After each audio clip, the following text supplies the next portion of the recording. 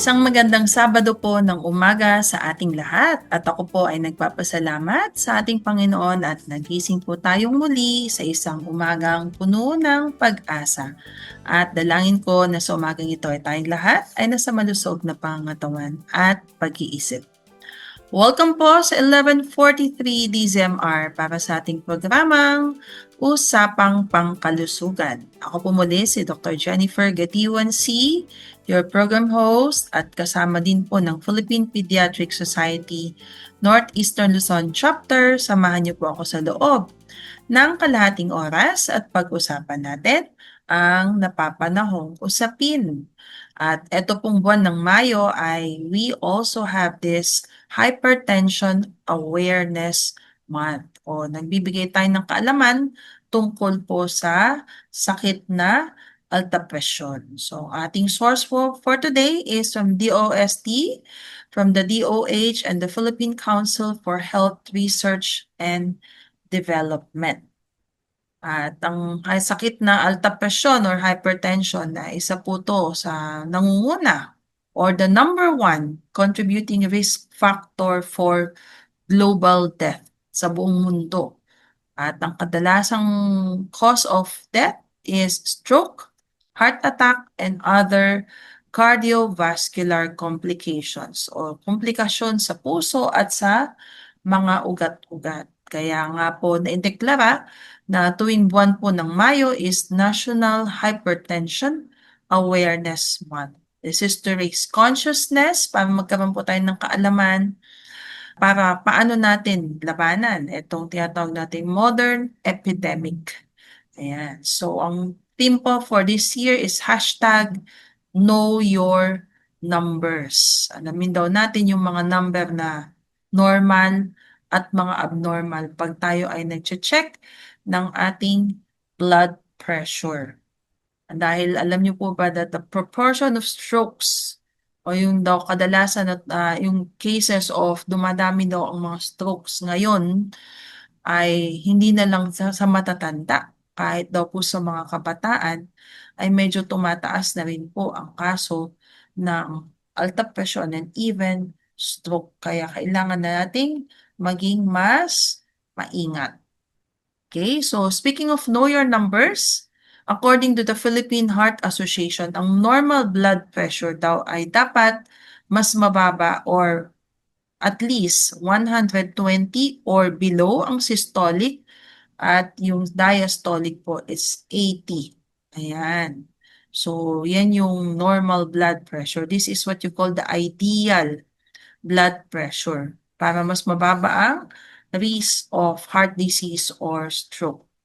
And the longer a person lets his blood pressure go high, syempre nagkakaroon tayong tinatawag na irreversible o hindi na maibalik na pagkasira ng mga ugat-ugat sa ating katawan.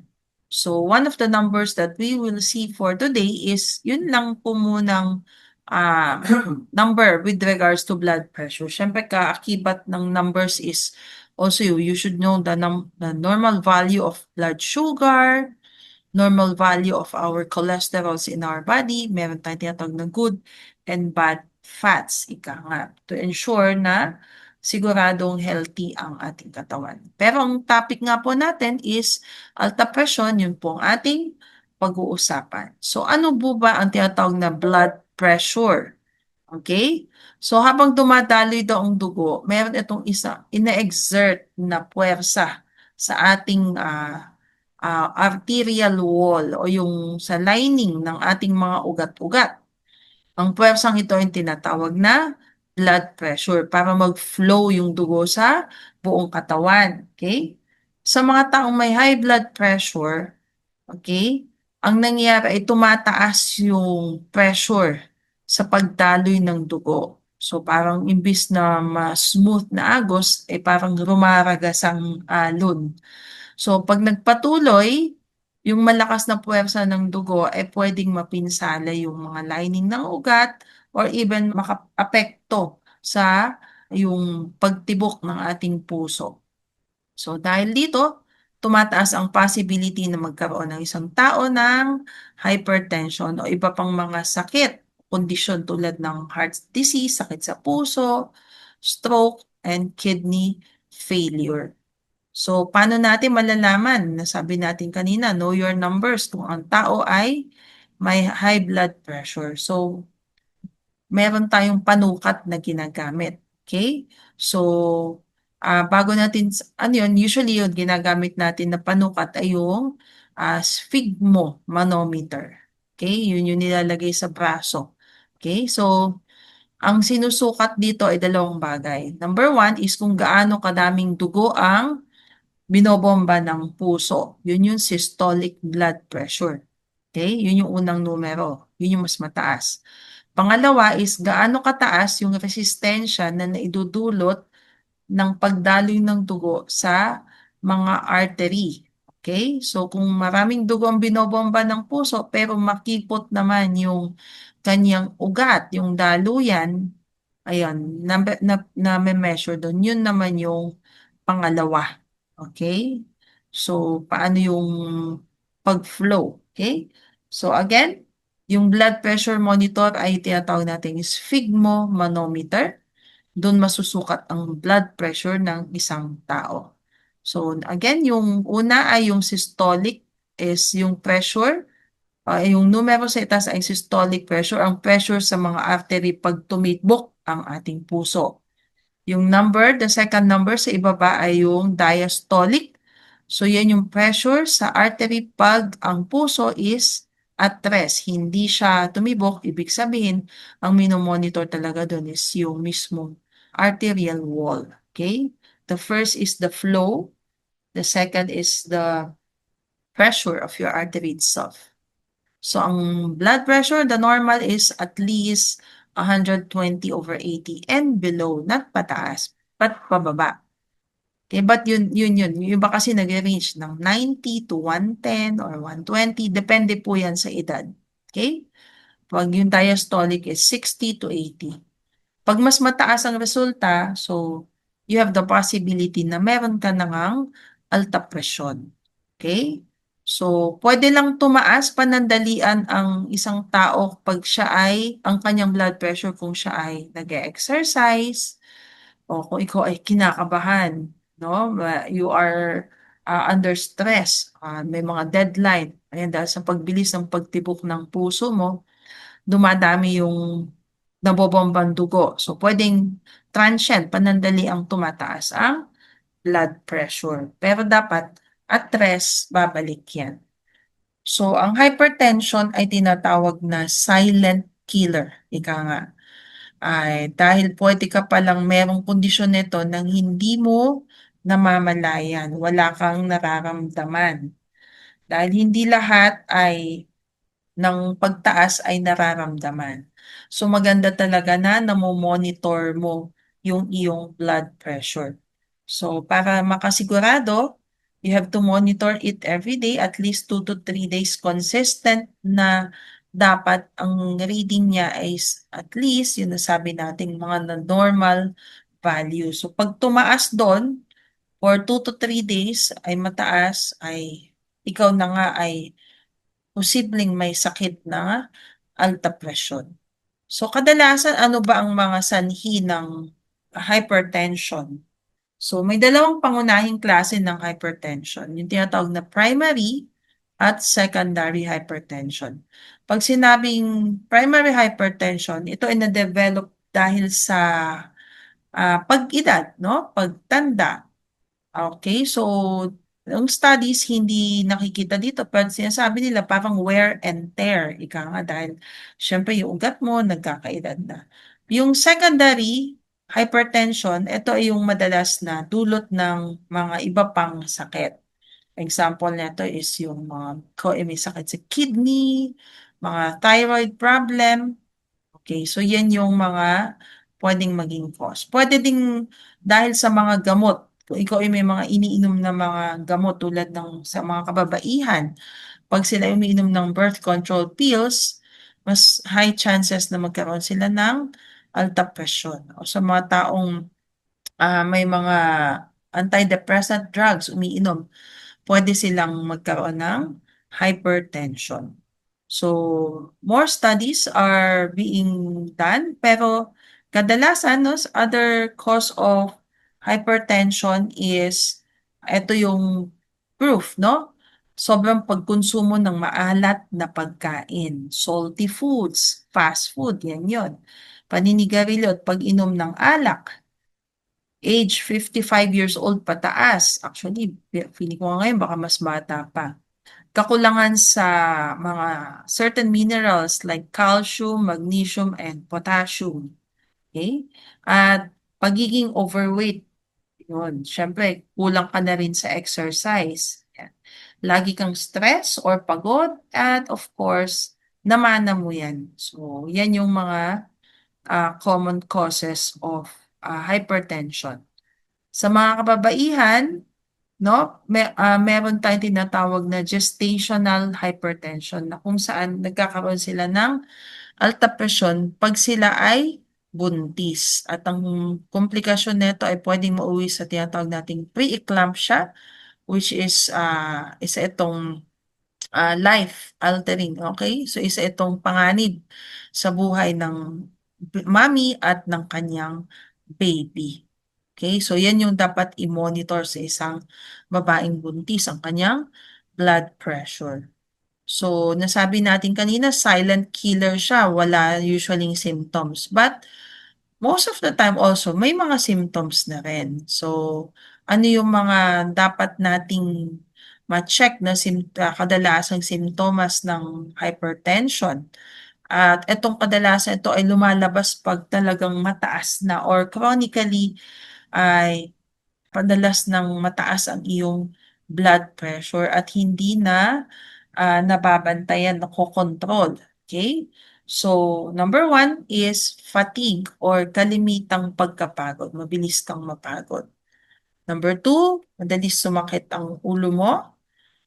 Number three, masakit, paninikip ng iyong dibdib. Number four, lumalabo ang iyong paningin. Number five, medyo hirap ka sa iyong paghinga. Number six, hindi regular ang pagtibok ng iyong puso dahil related nga ang puso sa blood pressure. So, pag sobrang taas na daw yung blood pressure ng isang tao, pwede ring yung iyong sensorium, ibig sabihin parang mabilis kang nalilito, yan. So, affected din yun. Pwedeng nagsusuka, ayan. So, yan yung mga symptoms. So, kung sakaling may ganitong nararamdaman ka na, number one, check mo agad yung blood pressure mo just to confirm. Okay? At pag na-diagnose mo ang sarili mo dahil meron kang BP monitor sa bahay, okay? Kung ikaw ay may maintenance na medications, uminom ka na. Kung wala, magpa-check up na sa doktor para maagapan. Okay? So, now, ang blood pressure, nasabi natin kanina, know your numbers. Okay? So, may mga levels ang hypertension. So, bukod sa sinabi natin kanina na meron tayong tinatawag na primary and secondary na cause, meron din yung level. So, yung first level ay yung tinatawag nating pre-hypertension level or kumisan hindi pa talaga tinatawag na high blood, pero medyo tumataas-taas na. Okay? Na kung saan yung reading ng yung blood pressure ay nagre-range from 120 to 130. Yung diastolic mo is 80 to 90. Okay? So, bahagyang lumampas lang. So, sa mga ganitong incident, nasabi natin, pwedeng transient, pwedeng hindi mo pa kailangang uminom ng maintenance medication. So, healthy lifestyle lang muna. Ayusin, bawasan ng stress. Okay? So, pag na-control mo, mas magandang i-monitor mo na lang. Okay? Sumunod is yung tinatawag nating stage 1. So, sa ganitong antas ng alta presyon ay yung BP mo ay regularly na detect mo na around 130, 140. Ayan. So, baka kailangan mo na ng mga ibang maintenance para makontrol ang pagtaas.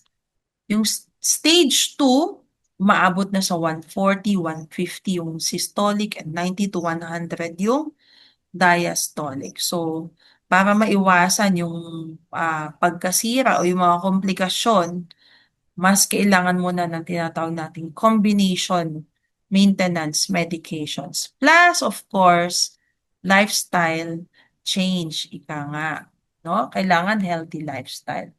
At yung last, ayaw natin umabot sa humantong sa tinatawag nating hypertensive crisis na kung saan ang hypertensive crisis ay ang blood pressure ay umaabot na kadalasan sa 180/120 o mas mataas pa. Kung walang ibang nararamdaman ang isang pasyente pero umabot na sa ganitong blood pressure ang kanyang umabot na ang kanyang blood pressure sa ganitong level at hindi siya agad bumaba sa pag-inom ng maintenance, ay agad nang dapat pumunta sa hospital. Pero kadalasan may mga simptomas nito. So ang symptoms madalas ay pagkahilo, pamamanhid ng braso o binti, panghihina o nahihirapan na siyang huminga. So this is an emergency. Kailangan ng itakbo para mabigyan ng tamang lunas. Speaking of mga tamang lunas, so meron po tayong mga ibang maintenance medications na para maiwasan ang pagtaas ng blood pressure. So isang paalala lang po, ang ibibigay ko pong mga information dito ay just an information guideline pero hindi po tayo mismo ang magsa-self-medicate. So ugaliin po nating magpakonsulta sa ating doktor bago tayo uminom ng ating maintenance medication. So ano yung mga pwedeng ireseta sa inyo ng inyong doktor? Kadalasan ay yung tinatawag nating calcium channel blocker. Etong ganitong uri ng gamot ay pinipigilan niya yung pag-absorb ng calcium sa muscle ng ating puso o even sa blood vessel. Dahil dito, mas maganda po yung daloy ng dugo dahil nire-relax niya yung ugat dahil walang contraction na mangyayari o walang pagsikip, paninikip. So, ang mga common calcium channel blockers ay yung amlodipine at nifedipine. Pangalawa ay tinatawag nating ARBs or the angiotensin 2 receptor blockers. Itong mga gamot ay may kakayahang magpa-relax din ng ating blood vessel o ating mga ugat para sa mas maluwag na pagdaloy ng dugo. Ang mga example po ay metoprolol at losartan. So at least alam mo na ay ganito pala yung ginagawa ng maintenance mo. Ito. Pangatlo ay yung tinatawag nating angiotensin converting enzyme inhibitors or the ACE inhibitors. Pareho siya ng action sa ARB na kung saan pinare-relax nito yung daluyan ng dugo. So dito pumapasok yung captopril, enalapril, ayan, yung mga may pril. Ngayon, yung pag-control naman sa daloy ng dugo, eh meron din po tayong tinatawag na diuretics or the water pills. Nakakatulong ito sa pag-alis ng sobrang sodium sa katawan na yung pag-alis ng sodium, sumusunod naman doon yung mga iba pang fluids. So, pampaihi siya.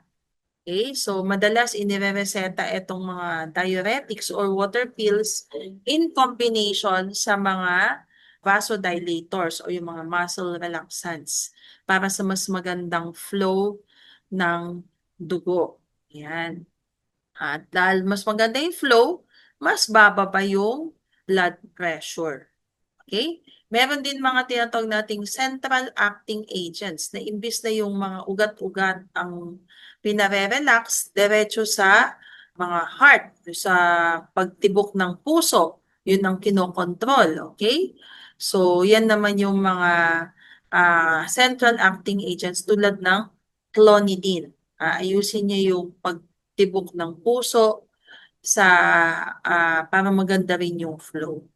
At kung ikaw ay naka-maintenance medications na dapat ay regular mong check pa rin ang iyong blood pressure at tandaan kung hindi na makontrol ng maintenance mo ang iyong blood pressure, maganda na mag-follow up pa din sa iyong doktor para makakuha ng iba pang mga test at ikaw ay mabigyan ng karampatang lunas. Kung ikaw naman ay isang babaeng buntis, mabuting bantayan ang iyong blood pressure, lalo na kung ang inyong pamilya ay may tinatawag nating history of hypertension dahil the possibility of gestational hypertension ay mataas ang chance.